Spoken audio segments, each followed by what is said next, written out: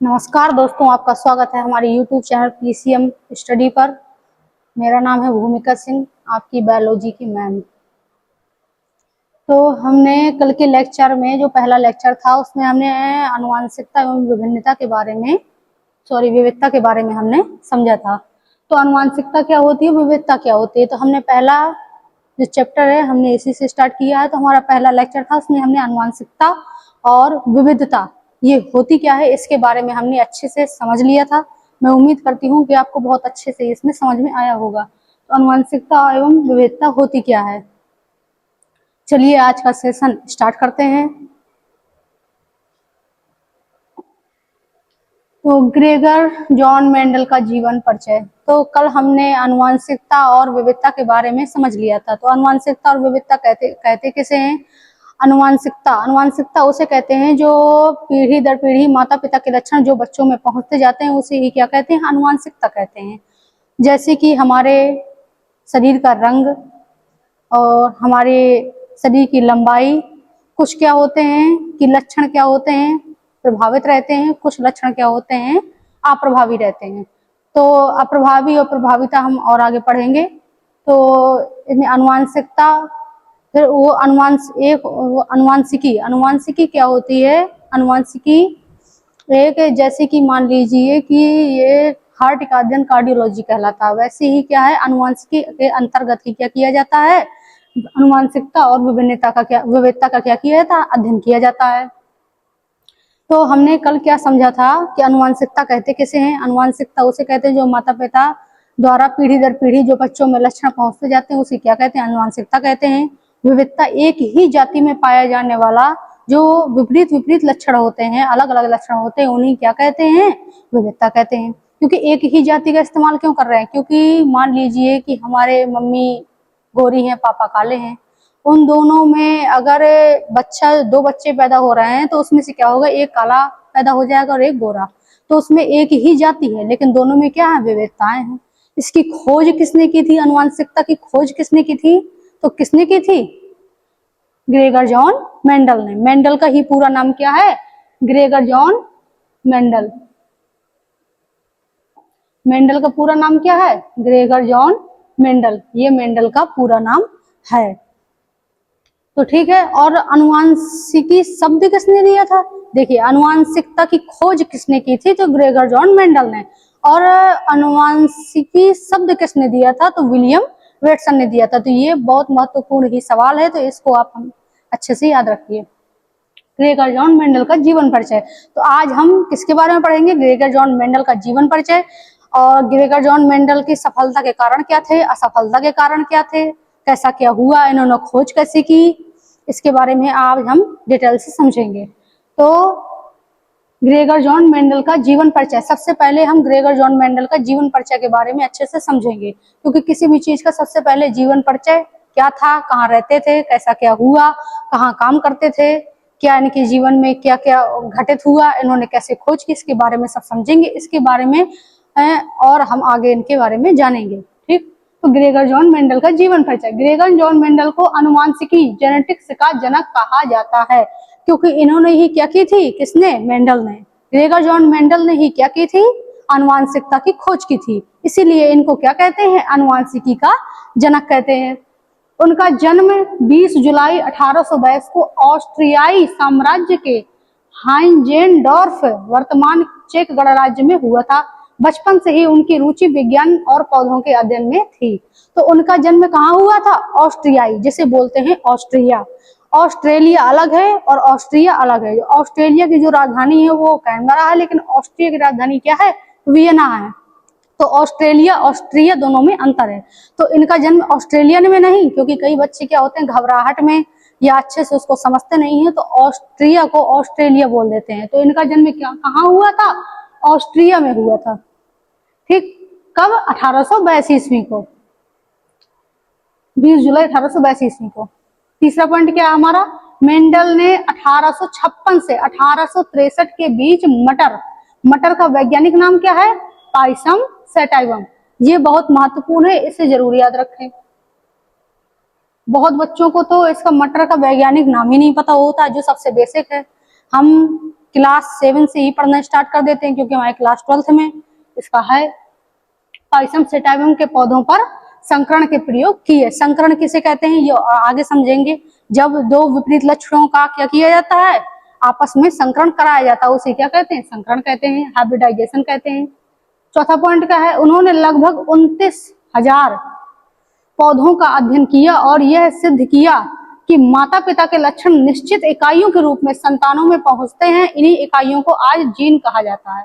तो उन्होंने लगभग 29,000 पौधों पर अध्ययन किया। ये केवल देखिए एक पौधे से एक बार स्टडी करने से पता नहीं चलता है कि ये हो क्यों रहा है, कैसे हो रहा है, किस लिए हो रहा है। तो इसके लिए हमें बहुत लंबे समय तक अध्ययन करना पड़ता है। तो उन्होंने लगभग 29,000 पौधों का अध्ययन किया और यह सिद्ध किया कि माता पिता के लक्षण निश्चित इकाइयों के रूप में संतानों में पहुंचते। इन्हीं इकाइयों को आज जीन कहा जाता है। ठीक, जीन किसे कहते हैं इसको भी हम आगे समझेंगे, लेकिन थोड़ा अभी समझ लेते हैं जीन कहते किसे हैं।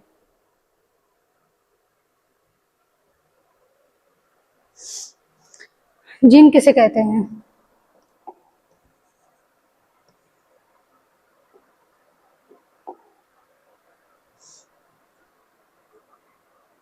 जीन किसे कहेंगे? हमारी कोशिका के अंदर क्या होता है, जीव द्रव्य पाया जाता है। और कोशिका के बीच में जिसे बोलते हैं केंद्र, जैसे कि केंद्र सरकार होती है, ऐसे ही केंद्र में क्या होता है, केंद्र में केंद्रक पाया जाता है, इसीलिए इसको केंद्रक नाम दिया गया है। केंद्रक के अंदर ही क्या पाए जाते हैं, गुणसूत्र पाए जाते हैं, जो धागे नुमा संरचना के बने होते हैं। और वह गुणसूत्र किससे बने होते हैं, डीएनए से बने होते हैं। ठीक, तो ये केंद्रक है। केंद्रक के अंदर क्या पाया जाएगा, गुणसूत्र पाए जाएंगे, जो धागे नुमा संरचना के बने होते हैं। ठीक, और जो ये गुणसूत्र हैं वो किससे बने होते हैं, तो ये डीएनए से बने होते हैं।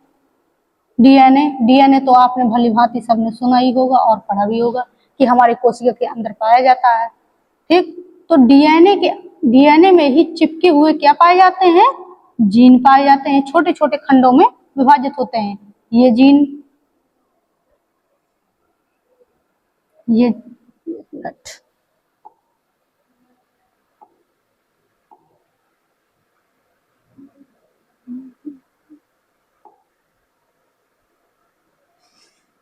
ये जीन हो गया, ये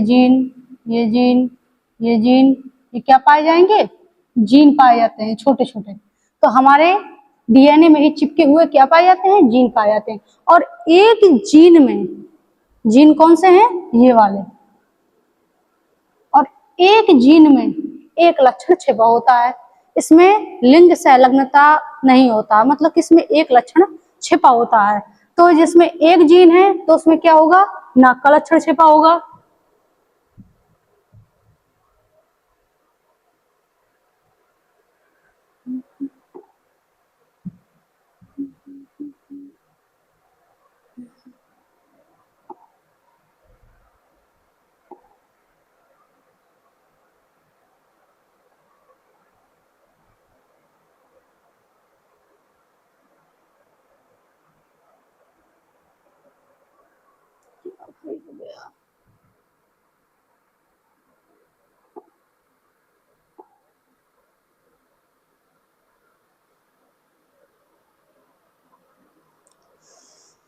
कोई मिस्टेक हो गया इसमें, चलो ठीक है, अगली स्लाइड में समझते हैं। तो एक जो जीन होता है वो क्या होता है, उसमें एक लक्षण छिपा होता है, और अगले जो जीन होगा उसमें क्या होगा, दूसरा लक्षण छिपा होता है। उसको ही क्या कहते हैं, जीन कहते हैं।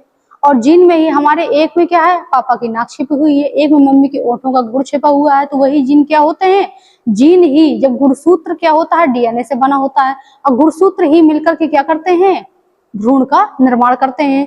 जब भ्रूण का निर्माण करेंगे तो जीन भी डीएनए के साथ में जाएंगे, क्योंकि गुणसूत्र क्या है, डीएनए के बने हुए हैं, और डीएनए ही क्या है, गुणसूत्र डीएनए से मिलकर बना हुआ है, और डीएनए में ही जीन चिपके हुए पाए जाते हैं। जब दोनों गुणसूत्रों का आपस में मिलन होगा तो उससे क्या होता है, बच्चे का जन्म होता है या भ्रूण का निर्माण होता है। और वही जीन क्या करते हैं, माता पिता से बच्चों तक क्या पहुंचाते हैं, लक्षण पहुंचाते हैं। ठीक, तो ये किसने खोज की थी, मेंडल ने खोज की थी। निष्कर्ष, निष्कर्ष क्या था? ग्रेगर जॉन मेंडल ने जो खोज कर दी, जिससे हम पढ़ते हैं कि क्या है, उसके बाद उसका निष्कर्ष पढ़ते हैं। तो निष्कर्ष क्या है? निष्कर्ष, ग्रेगर जॉन मेंडल के शोधों ने आनुवंशिकी विज्ञान को नई दिशा दी। इसी कारण उन्हें आनुवंशिकी का जनक कहा जाता है। इन्होंने आनुवंशिकी की जो आनुवंशिकी थी उसकी नई दिशा दी कि आनुवंशिकी होती क्या है। ठीक। मेंडल के कार्यों की पुनः खोज। अब क्या हुआ, ये खोज करते करते मेंडल क्या हो गए, डेथ हो गई थी। जब मेंडल की डेथ हो गई तो क्या हुआ कि इसके जब मेंडल ने जब ये सब मतलब कि खोज की थी, खोज करने के बाद में क्या हुआ था कि इन्होंने एक पत्रिका पे क्या किया, प्रकाशित किया। एक पत्रिका थी, एक ब्रून शहर था, ऑस्ट्रिया का ब्रून शहर। तो ब्रून शहर में ही एक छोटी सी संस्था थी, उस संस्था में छोटी छोटी पत्रिकाएं होती हैं। तो पत्रिकाओं में क्या हुआ था, इन्होंने अपने जो भी मतलब कि ये सब खोज किया उसको एक कॉपी में लिखते जाते थे। लिखने के बाद क्या हुआ कि इन्होंने उस कॉपी को प्रकाशित करने के लिए ब्रून शहर की जो छोटी संस्था थी उसमें उन्होंने बात किया कि मुझे प्रकाशित करवाना। उन्होंने कहा ठीक है, प्रकाशित हुआ। प्रकाशित होने के बाद जैसे मान लीजिए कि हमारा हमीरपुर है, हमीरपुर जिले में एक छोटी सी पत्रिका प्रकाशित होने लगे। तो हमीरपुर में जो छोटी सी पत्रिका प्रकाशित होने लगेगी तो सिर्फ हमीरपुर जिले के लोग ही इसको पढ़ पाएंगे, लेकिन इसके अलावा और कोई तो इसको पढ़ नहीं पाएगा। तो उसमें क्या था, उनका जो खोज थी वो सीमित रह गई, वो आगे चल के किसी को इसके बारे में पता नहीं चल पाया। जब नहीं चल पाया तो ज्यादा इनकी खोज आगे तक नहीं बढ़ सकी। इसके बाद में उनकी डेथ हो गई।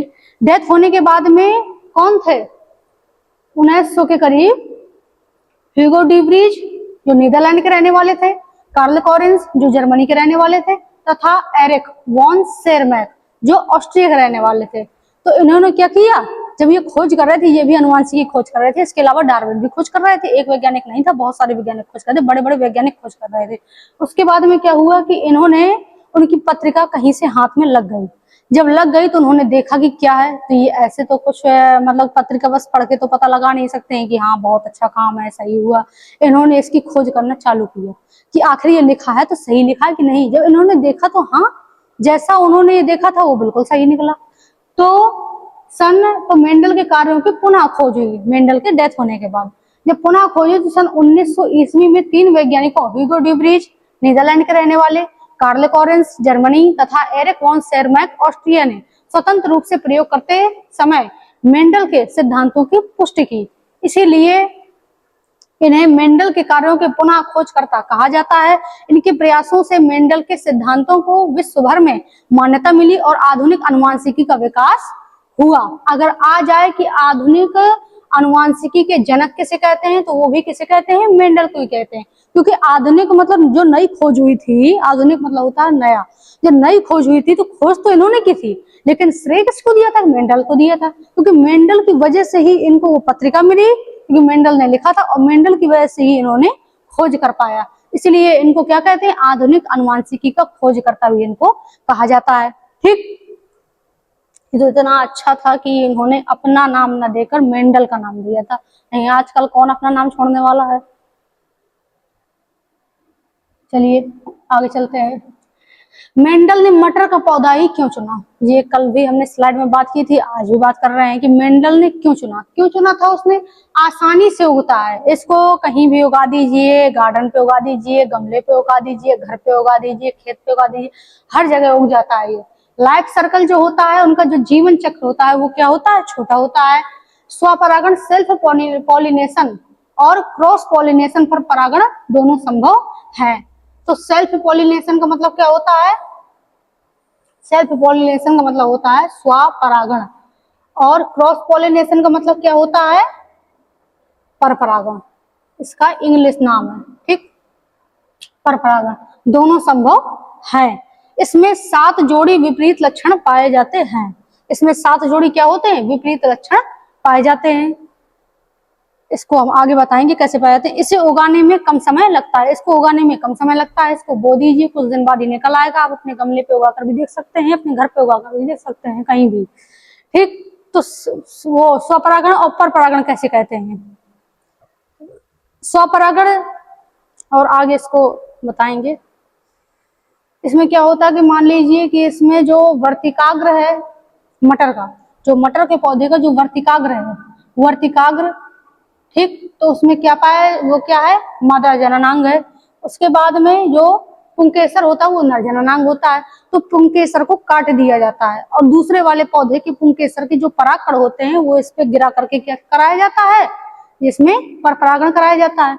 और जब ये क्या होगा, उसी पुष्प के परागकण, उसी पुष्प का क्या होगा, उसी पुष्प के परागकण उसी पुष्प के वर्तिकाग्र पर गिर के क्या करते हैं, स्वपरागण करते हैं। ठीक, इसमें हम दोनों ही करवा सकते हैं। चलिए, और इसी का नाम, मटर का नाम क्या है, पाइसम।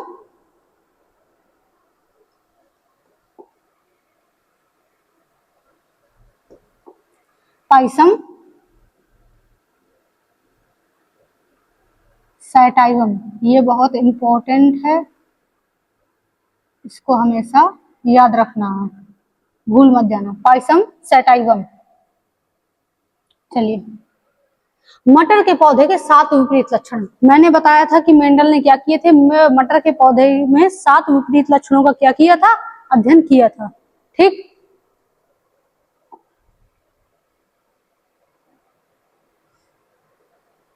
सात विपरीत लक्षणों का क्या किया, अध्ययन किया। तो मटर के पौधे के 7 विपरीत लक्षण क्या थे। पहली बार तो क्या किया इसने, इसमें क्या होता था, लिंग संलग्नता मटर में नहीं पाई जाती है, सबसे बड़ा कारण ये है।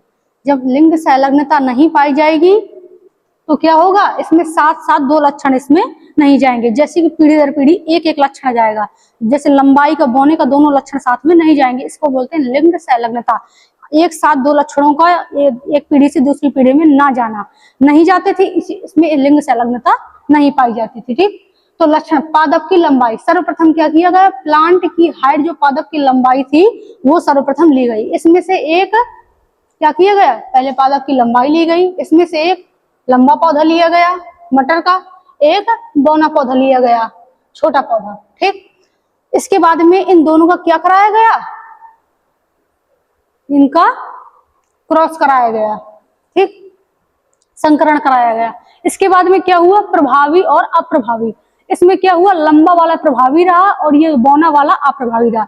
जब दोनों का एक साथ में संकरण कराया गया, उसके बाद में पौधा बड़ा हुआ, बड़ा होने के बाद में इसमें बीज पड़े, फली बनी। जब बीज पड़े तो बीजों को दोबारा बोया गया, जब दोबारा बो के देखा गया तो लंबा वाला पौधा उत्पन्न होता है और ये बौना वाला पौधा उत्पन्न नहीं होता है। इससे क्या हमें क्लियर होता है कि इसमें लंबा क्या हुआ, प्रभावी हुआ, और बौना क्या हुआ, अप्रभावी हुआ। ऐसा ही सेम क्या किया गया, बीज के आकार में, बीज के आकार में भी क्या किया गया, एक गोल वाला गोल बीज था उसको लिया गया, एक झुर्रीदार बीज वाला उस पौधे को लिया गया, दोनों का आपस में संकरण कराया गया। इस संकरण कराने के बाद में जो बीज निकला उस पौधे का सूखने के बाद, उस बीज को दोबारा बोया गया। बोने के बाद में देखा गया कि ये गोल वाला जो था ये प्रभावी रहा और जो झुर्रीदार था वो क्या हुआ, अप्रभावी रहा। इसके बाद में बीज का रंग जब लिया गया तो उसमें एक पीला वाला लिया गया, एक हरे वाले मटर को लिया गया। आपने तो अक्सर देखा ही होगा कि एक पीला मटर होता है, एक हरा मटर होता है। इसके बाद में पीला वाला लिया गया, बीज का रंग, पीला बीज लिया गया, एक हरा बीज लिया गया। इन दोनों का क्या कराया गया, पौधों का संकरण कराया गया, हरे बीज वाले का और पीले बीज वाले का। संकरण कराने के बाद में क्या हुआ कि जो पीला वाला था वो क्या हुआ, प्रभावी रहा, जो हरा वाला था वो अप्रभावी रहा। इसके बाद में फूल का रंग लिया गया, फूल के रंग में एक बैगनी रंग के जो फूल होते हैं वो लिया गया। आपने अक्सर देखा होगा कि मटर के जो पौधे होते हैं एक बैगनी रंग का होता है और एक सफेद रंग का होता है, 2 मटर के पौधे हुआ करते हैं, मतलब फूल हुआ करते हैं। तो बैगनी रंग का लिया गया, एक सफेद रंग के फूल वाले पौधे को लिया गया। दोनों के बीच जब संकरण कराया गया तो उससे जो बीज उत्पन्न हुआ उस बीज को दोबारा से मिट्टी में बोया गया, उससे जो पौधा निकला तो उसके बाद में जब उसका फूल निकला देखा गया कि बैगनी वाला प्रभावी रहा और ये सफेद वाला अप्रभावी रहा। इसके बाद में फूल की स्थिति किस जगह है, मटर के पौधे में क्या होता है मैं बता दूं। अच्छी का मतलब क्या होता है, अच्छी मतलब ये होता है, ये जो पौधा है, पौधे के जो इस साइड से जो फूल निकलता है, जो पत्ती के कच्छ के बगल से फूल निकलता है, तो इसे क्या कहते हैं, अच्छी। और इसके बाद में जो अंत, जो क्या होता है, तने के सबसे जो ऊपरी जो शीर्ष भाग है, इस पे जो पुष्प निकलता है तो उसे क्या बोलते हैं, अंत्य। ठीक, तो इसमें अच्छी पौधे को लिया गया, वो फूल को लिया गया, और अंत्य फूल को लिया गया। इसके बाद में देखा गया कि जब दोनों का संकरण कराने के बाद में जो बीज निकला उसको मिट्टी में बोया गया, तो अच्छी पौधे वाले, अच्छी फूल वाले जो पौधे थे तो वो प्रभावी रहे, अंत वाले अप्रभावी रहे। ठीक। फली का आकार फूला लिया गया, एक लिया गया सिकुड़ा हुआ। कुछ फली होती सिकुड़ी हुई होती है, कुछ फूली हुई होती है। जब दोनों का संकरण कराने के बाद में उस बीज को बोया गया तो एक फूला हुआ जो क्या हुआ, प्रभावी रहा, और ये अप्रभावी रहा। इसके बाद में फली का रंग लिया गया। फली का रंग एक का था हरा, एक का था पीला। जब दोनों को क्या कराया गया, संकरण कराया गया, उससे जो बीज निकला उसको बोया गया, तो उसमें हरे वाले जो फली थी वो प्रभावी रही और ये वाली अप्रभावी रही। क्वेश्चन हमेशा ये अक्सर पूछा जाता है, एक मिनट, क्वेश्चन अक्सर क्या पूछा जाता है, अक्सर क्वेश्चन ये पूछा जाता है कि मेंडल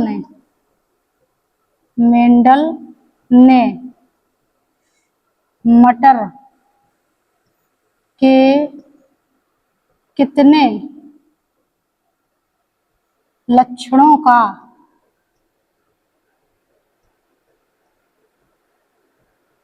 अध्ययन किया।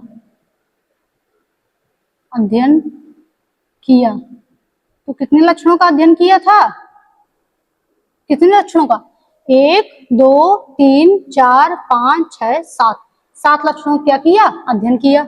एक क्वेश्चन और पूछा जाता है मोस्ट इंपोर्टेंट, मेंडल ने, एक मिनट,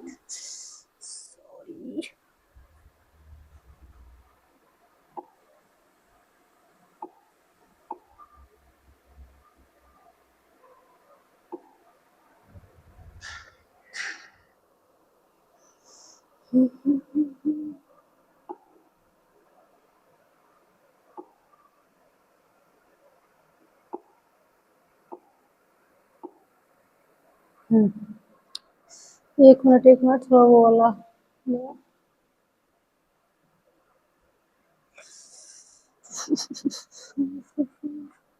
हाँ, मेंडल ने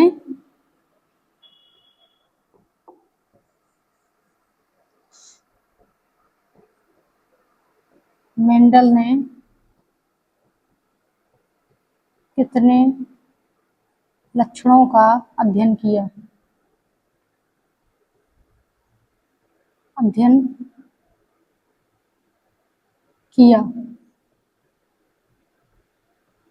कितने लक्षणों का अध्ययन किया, 7 लक्षणों का, उसमें बता दिया है, वो थोड़ा स्लाइड डिलीट हो गई है। इसके बाद में मोस्ट इंपॉर्टेंट, मेंडल ने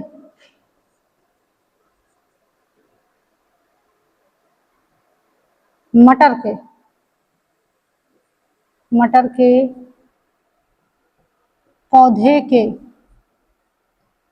कितने विपर्याय या विपरीत लक्षणों का अध्ययन किया,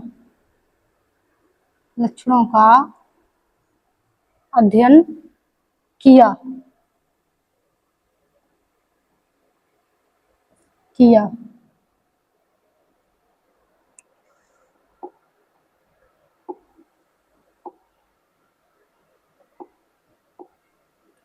तो कितने विपरीत लक्षणों का अध्ययन किया था, 14, क्योंकि क्या थे कि 7 लक्षण थे और 7 क्या थे, उसके विपरीत लक्षण थे, तो 14 लक्षणों का उसने क्या किया था, विपरीत लक्षणों का अध्ययन किया था। इंपॉर्टेंट, मोस्ट इंपॉर्टेंट, ये अच्छे से याद होना चाहिए, ठीक है। चलो,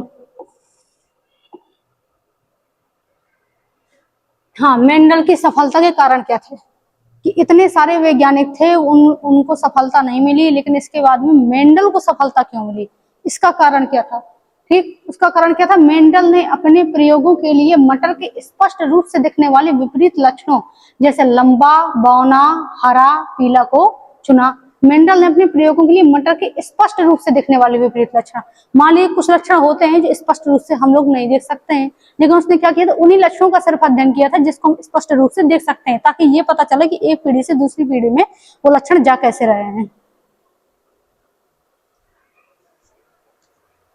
ठीक, तो कौन सा लिया, लंबा लिया, बौना लिया, हरा लिया, पीला लिया, इसलिए इनको चुना ताकि हम देख सकें। इसके बाद मेंडल ने प्रयोग शुरू करने से पहले उन्होंने शुद्ध वंश के पौधों का चयन किया। शुद्ध वंश उसे कहते हैं जो सबसे पहला पौधा हुआ, उसमें कोई संकरण नहीं कराया गया, शुद्ध चयन किया, जिससे परिणाम अत्यधिक सटीक और विश्वसनीय बने। इसके बाद उन्होंने एक समय में केवल 1 या 2 लक्षणों का ही अध्ययन किया, जिससे परिणामों को समझना आसान हुआ। जैसे कि मान लीजिए लंबा और बौना, इसका अध्ययन किया था। इसके बाद में उसने झुर्रीदार और गोल बीज का अध्ययन किया। इसने 1-2 ही लक्षण रखे, ज्यादा लक्षण नहीं रखे, क्योंकि उसका अध्ययन करना फिर ज्यादा कठिन हो जाता है। तो उसने क्या किया, एक समय में केवल 1 या 2 लक्षणों का ही अध्ययन किया, जिससे परिणामों को समझना आसान हुआ। उन्होंने बहुत बड़ी संख्या में पौधों पर प्रयोग किए, जिससे उनके परिणाम अधिक सटीक और भरोसेमंद बने। तो उसने एक ही पौधे से, ये जानना जरूरी नहीं है कि मतलब इतना आसान नहीं है कि हम देख लें कि एक पौधे से जो उसमें वो किया गया है, संकरण करवा के देखा गया है कि क्या हो रहा है, कि वो माता पिता से बच्चों में लक्षण पहुंच रहा है, ये जरूरी नहीं है कि एक से ही पता चल जाए। इसीलिए उन्होंने 29,000 पौधों पर उन्होंने अध्ययन किया था। इससे सटीक जानकारी मिलती है, सिर्फ एक पौधे से आसानी से नहीं जाना जा सकता है। इसके बाद में मेंडल ने अपने जीव वैज्ञानिक परिणामों को गणितीय अनुपात और सांख्यिकी के रूप में प्रस्तुत किया, जो उस समय के विज्ञान जगत के लिए एक बिल्कुल नई और वैज्ञानिक पद्धति थी। अब देखिए, बायोलॉजी में मैथ आ जाए तो हमसे नहीं हो पाएगा, सब लोग यही बोलते हैं। बायोलॉजी में मैथ का आ जाना सबसे कठिन माना जाता है, सबसे कठिन। तो बायोलॉजी में क्या हुआ कि लोग मैथ को अक्सर नहीं पढ़ते हैं। इन्होंने क्या किया कि अनुपात निकालना चालू किया। जैसे कि आप आगे चल के पढ़ेंगे, मैं पढ़ाऊंगी कि अनुपात में 9:3, 3:1, 1:2:1, ये सब देखा गया। किसमें, जो आगे चल के जो अध्ययन किए गए उसके बारे में हम और पढ़ेंगे। इन्होंने कौन कौन से नियम दिए, क्या अध्ययन, उसमें हम आपको अनुपात के बारे में पढ़ाएंगे। इन्होंने क्या किया, अनुपात को भी उन्होंने देखा। सांख्यिकी जो गणितीय गणना की, वो सबसे ज्यादा भरोसेमंद साबित हुई। यही मेंडल की सफलता का सबसे बड़ा कारण था। और बाकी सब लोगों ने क्या किया था, गणितीय चीजों को, जो गणितीय थी, जो अनुपात था, उसमें किसी ने अध्ययन नहीं किया था। सबसे सटीक ये साबित हुआ था। इसके बाद मेंडल ने वर्षों तक, मेंडल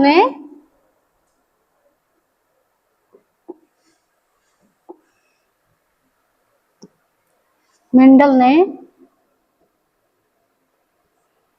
कई वर्षों तक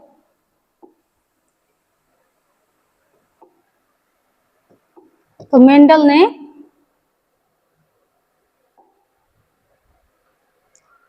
ने कई वर्षों तक लगातार प्रयोग किए और पीढ़ी दर पीढ़ी का ध्यानपूर्वक अध्ययन किया। पीढ़ी दर पीढ़ी अध्ययन करते गए, ये भी सफलता का कारण था। अब आया मेंडल के कार्य के लंबे समय तक अज्ञात रहने के कारण। अज्ञात रहा, क्यों रहा, कई दिनों तक मेंडल का जो प्रयोग था, मेंडल के जो कार्य थे, वो कई दिनों तक अज्ञात रहे। इसके बाद में क्योंकि 1800 कुछ में क्या हुआ कि इन्होंने 1866-63 जो भी हो, इन्होंने क्या किया, अध्ययन चालू किया था। इसके बाद में 1900 में जो ह्यूगो ड्यूबरीज, कार्ल कॉरेंस और क्या था, शेरमो, इन्होंने क्या किया था, इन्होंने आगे चल के क्या बताया, इन्होंने आगे चल के ये बताया कि मेंडल के कार्य थे क्या, मतलब कि इन्होंने क्या क्या खोज की थी। तो अज्ञात रहने का कारण क्या था, वैज्ञानिकों की उपेक्षा। उस समय के समकालीन वैज्ञानिकों ने मेंडल के क्रांतिकारी काम को गंभीरता से नहीं लिया।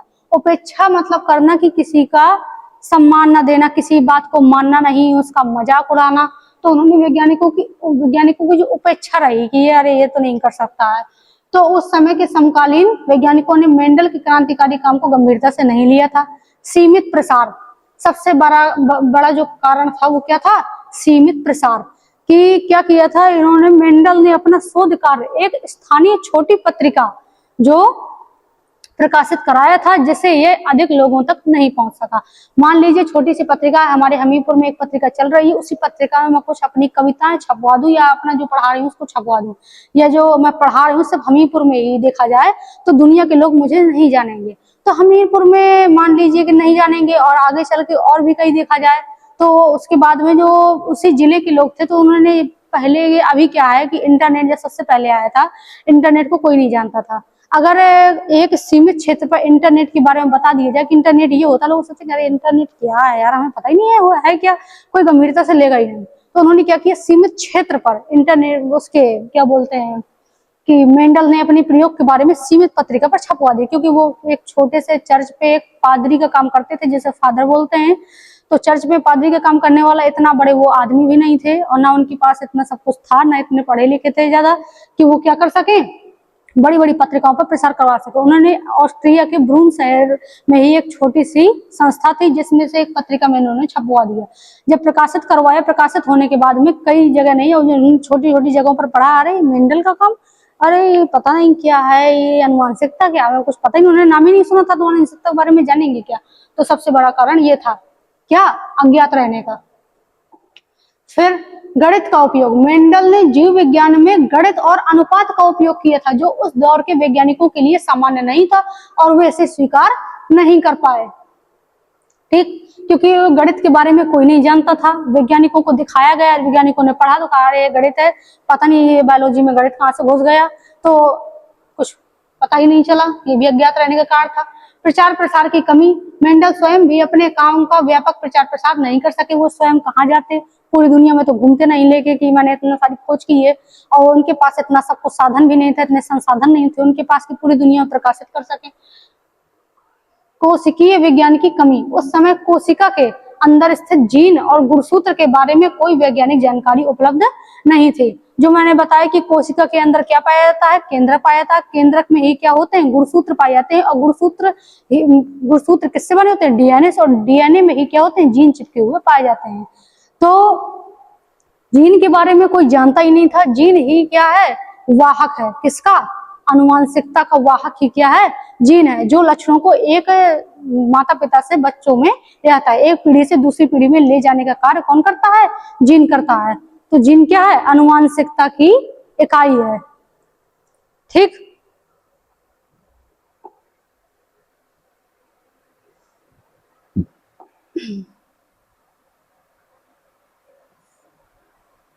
ये क्या है, अनुवांशिकता की इकाई है, क्या, जीन।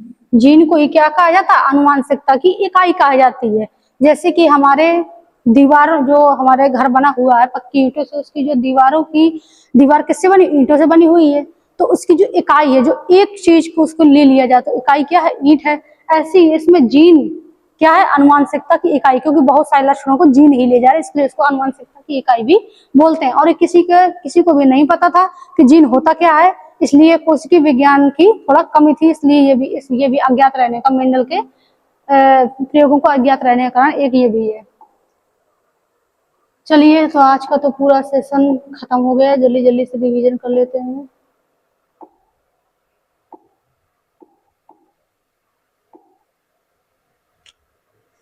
भाई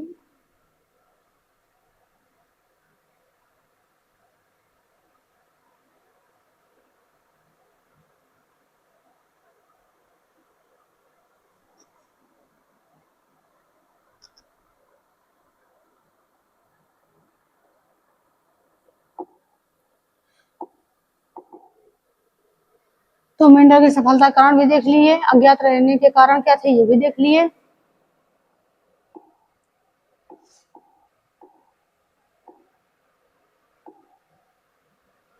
चलिए, तो आज का जो लेक्चर था, कल का जो लेक्चर था, उसमें हमने क्या समझा था कि अनुवांशिकता किसे कहते हैं, विविधता किसे कहते हैं। आज हमने क्या पढ़ा है कि अनुवांशिकता और विविधता की खोज किसने की थी, तो ग्रेगर जॉन मेंडल ने की थी। ग्रेगर जॉन मेंडल के बारे में आज हमने सब कुछ पढ़ लिया है, और इसके बाद में जीन क्या होते हैं, जीन की आज जिक्र हुआ है। अब जीन क्या होते हैं इसके बारे में अगले लेक्चर में पढ़ेंगे। तो आज का आपका सेक्शन कैसा लगा, प्लीज कमेंट कीजिए।